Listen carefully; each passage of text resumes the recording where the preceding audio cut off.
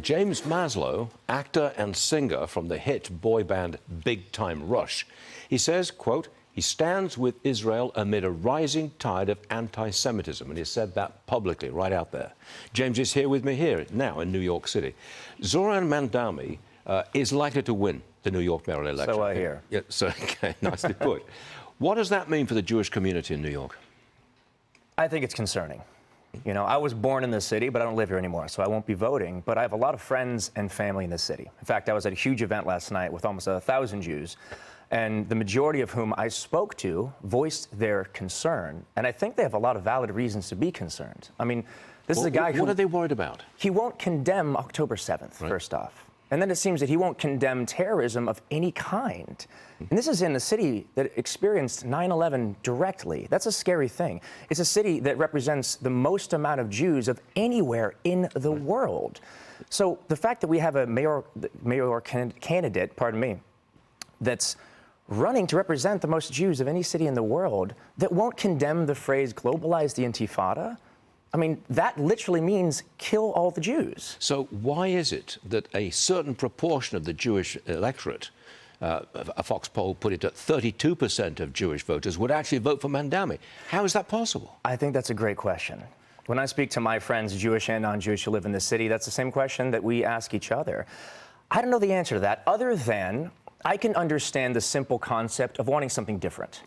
Right? When I try and think about this pragmatically, take my own opinion out of it, why would somebody vote for Mamdani? Well, he's charismatic, he's younger, and he's simply completely different than anybody who's run before. So if you're sitting in this city or any city going, well, my situation isn't where I want it to be personally, so maybe I'll vote for something completely different, and that's essentially all you're doing, you're going on gut feeling or emotion, I think that's why. But if you look into what's happening, look into his policy, I think it's too scary to ultimately actually consider. But you're basing your opposition to him not on his socialism, but on his position vis-a-vis the Jewish population.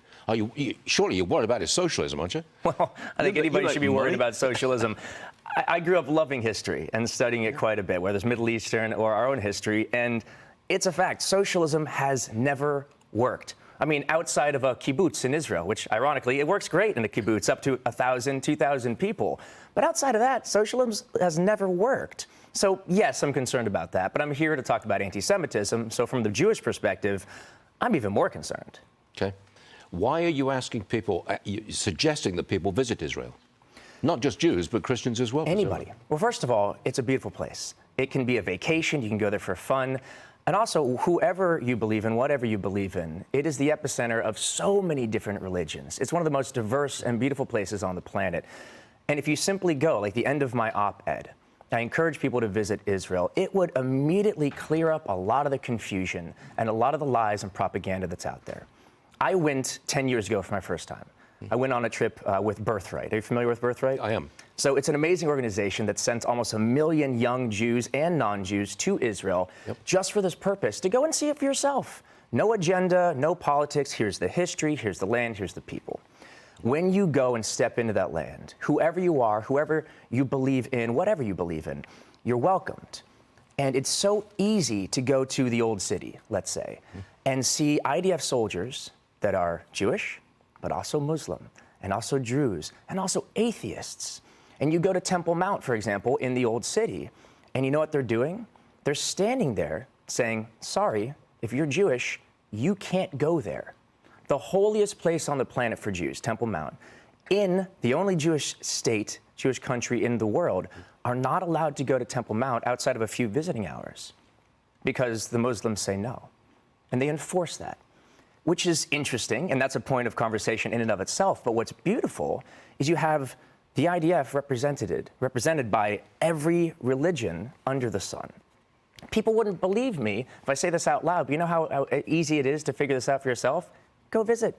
Go see for yourself. James, I think your op-ed is going to have some impact, real impact. I certainly hope so. I hope it's that impact today, as a matter of fact.